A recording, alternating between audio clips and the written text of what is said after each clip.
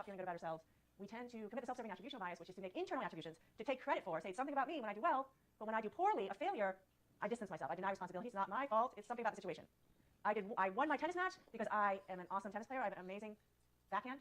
Okay? But when I lose a tennis match, it's not because my backhand sucks. It's because it was really windy that day, or my side of the court had bumps in it, or whatever people think when they lose a tennis game. And this is a self-serving bias that we show not only about attribution for ourselves, but also our in-group. Okay, why did Cal win this weekend? Okay, let's say Cal lost this weekend. Could happen. When we lost this weekend, it's because the other team was cheating. Okay, when we win, like we did this weekend, let's say, because the Bears are awesome. Okay, like we're super skilled and things like that. Same idea. When it's about the group, your in-group is called the group-serving attributional bias. Okay, if you pause for a minute, this sounds kind of funny and everybody does it. Yeah, funny. But it's actually, it can be really problematic, especially when you think about it at the group level, because then we're talking about the attributions you make for other groups' behaviors versus your own. When a particular group in society does well, and you're in it, okay, you attribute it to something about you and your group, but when you do poorly, you say it's not about us, okay? That's great for your own group, but it's not so good for other groups that you may not be so inclined to make that self-serving kind of assessment, okay? Instead, you're likely to commit the fundamental attribution error for an entire group's outcomes, which is, we're going to talk more about this in the stereotyping and prejudice literature. So while it's an easy bias to understand, and it's kind of funny sometimes, people do it all the time, oh yeah, the teacher made a bad test, sure, okay? When you do poorly, it has broader implications, okay? Okay, so we've got fundamental attribution error, the actor-observer bias. Do we have time for one more? Let me see. Okay, no, let's give ourselves a breathing room. We have the fundamental attribution error, we have the actor-observer bias, or the self-serving attribution bias. Let's talk about various kinds of explanations for why do we do these not exactly rational, imperfect kinds of attributional things, okay? Your textbook gives a variety of explanations for these things, and I will cover some of them right now in the next 12 minutes, but be sure to read about how they talk about it in the textbook as well as how I'm going to talk about it here in lecture. There's some degree of non-overlap. Okay, I'm going to argue or describe to you various cognitive reasons. Cognitive, cold, just has to do with how we process information, how we perceive and take in information, kind of reasons why, as explanations for why we commit certain of these attributional biases. One cognitive explanation has to do with the idea of perceptual salience. What the heck is perceptual salience? Fancy word for saying things that stand out. They're perceptually salient means it jumps out at you. It's salient, very visible, very noticeable. Perceptual salience, things that jump out at you. Okay, who cares about that? What does perceptual salience have to do with the attributional biases we just talked about? Well, it can help explain the fundamental attribution error, because when I'm trying to explain Judy's behavior here, I'm watching her act a certain way. What is perceptually salient to me when I'm trying to understand Judy's behavior is Judy. She is what's standing out. The ground, the background, that's not standing out. I'm focused on Judy. Why the heck did she do that? I can understand that. What's jumping out at me as the reason is something about Judy. Okay, this can then help explain the fundamental attribution error where you are the observer looking at other people, and what stands out to you, especially in Western cultures, is the person engaging in the behavior. The same thing helps explain the actor-observer bias, because as the actor, the actor-observer bias, as the actor, the idea is that we're less likely to make a fundamental attribution for ourselves. Why would that be the case, perceptually salience-wise?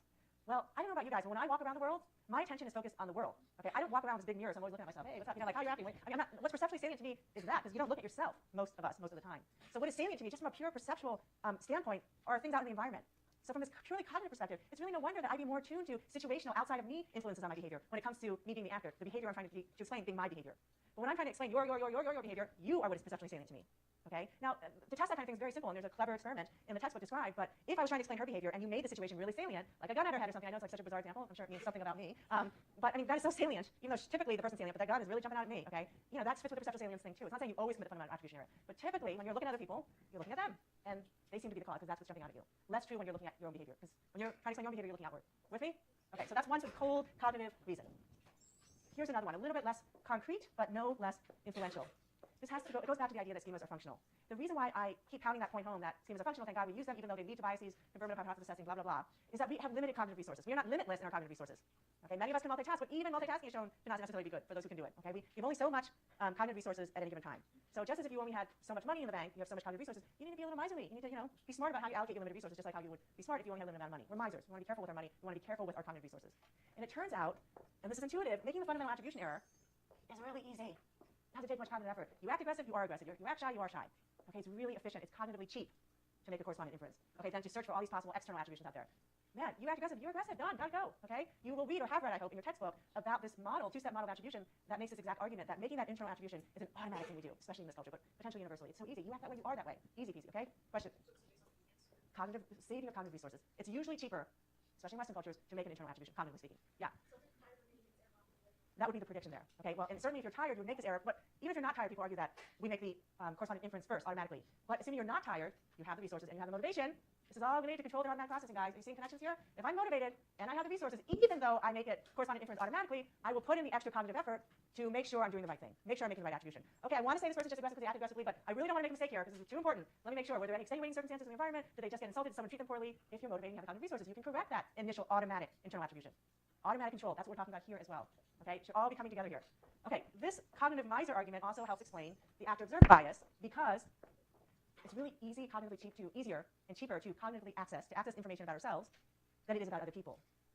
So if information about ourselves and our past behaviors and what we're really like is easier to access than for other people, it makes sense that we can say, oh, no, that's not about me, it's about a situational thing, because I know myself so well. It's so easy to come up with information that supports or doesn't support an internal attribution for my behavior.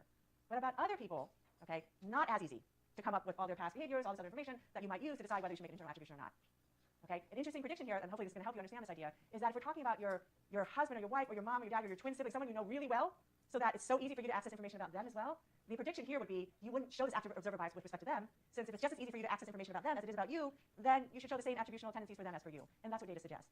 Okay? So if it's about ease of access of information, then if you can access information about other people really well, you should show the same kind of attributional things you do about yourself as for somebody else. But that's fair. We don't have the same access about other people, most other people in the world than we do about ourselves. With me?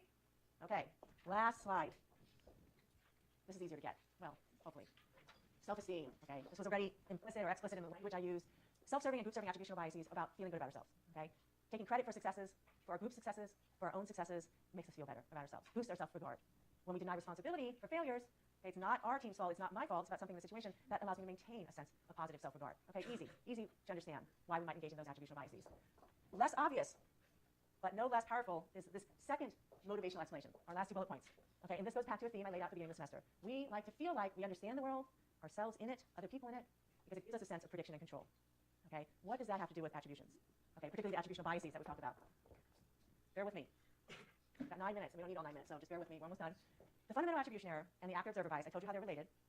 Both of them involve making internal attributions about other people's behavior. The idea here is that making an internal attribution about other person's behavior, saying that their behavior has something to do about who they are, connotes the sense of stability in this person. This person was a jerk, acted like a jerk because he is a jerk.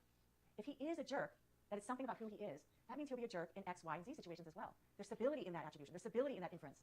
If I know that this guy's a jerk, that gives me some sense that I get who he is, and that I can predict and control my outcomes. I'm going to predict he's going to be a jerk tomorrow, he's going to be a jerk next week, and I'm going to change my behavior accordingly. Like, I'm going to avoid this guy. Not going to choose him to be in my study group. If you made a situational attribution for someone's behavior, that guy acted like a jerk.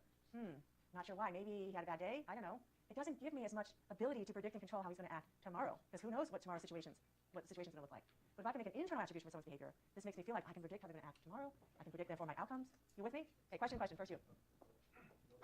If you know the person.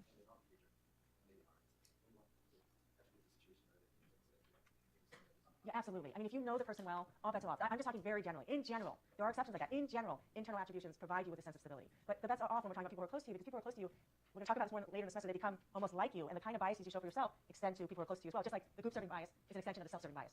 Okay? Other question here.